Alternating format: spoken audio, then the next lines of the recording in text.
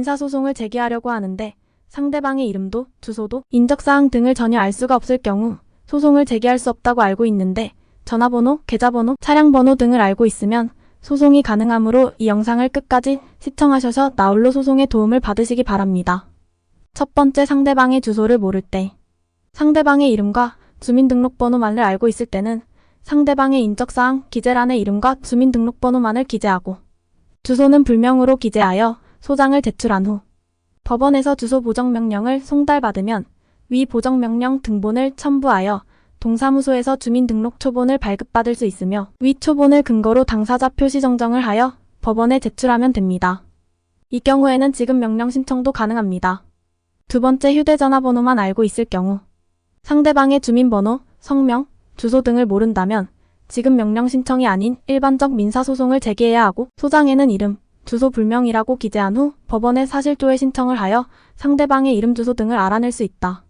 상대방의 전화번호를 알고 있다면 통신사에 대한 사실조회 신청을 통하여 전화번호로 가입 여부, 성명, 주민번호 등 인적사항 등을 알 수 있고 그 결과를 법원으로 회신하면 법원의 주소 보정명령 등본을 받아 주민등록 초본을 발급받은 후 당사자 표시정정 신청서를 작성하여 법원에 제출하면 됩니다.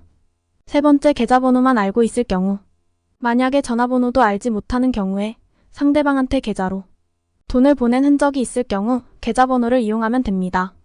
계좌번호를 특정하여 은행 쪽으로 사실조회를 보내면 그 계좌번호 보유자의 인적사항 등의 결과를 법원에 보내주게 되고 신청인은 그 자료를 바탕으로 주민등록 초본을 발급하면 됩니다.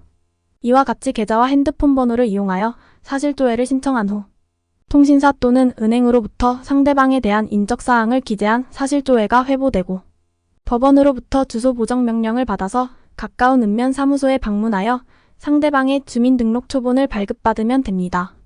네 번째, 주민번호를 모를 경우 상대방의 성명과 거주지는 알고 있으나 주민번호를 모를 경우에는 소장을 제기할 때 상대방의 인적사항의 이름과 주소만 기재된 지급명령 결정문 또는 판결문을 받을 수 있기 때문에 위 판결이 있은 후 상대방에게 강제집행을 할 경우 문제가 발생할 수 있으므로 즉 상대방의 주민번호가 판결문 등에 기재되지 않았기 때문에 강제집행이 어려워질 수 있으므로 반드시 주민등록번호를 소장의 인적사항에 기재하는 것이 좋으며 이럴 경우에는 법원에 주소 보정명령을 해달라고 하여 위 등본을 동사무소에 제출한 후 주민등록 초본을 발급받아 상대방의 주민등록번호가 기재된 당사자 표시정정 신청서를 작성하여 제출하면 됩니다.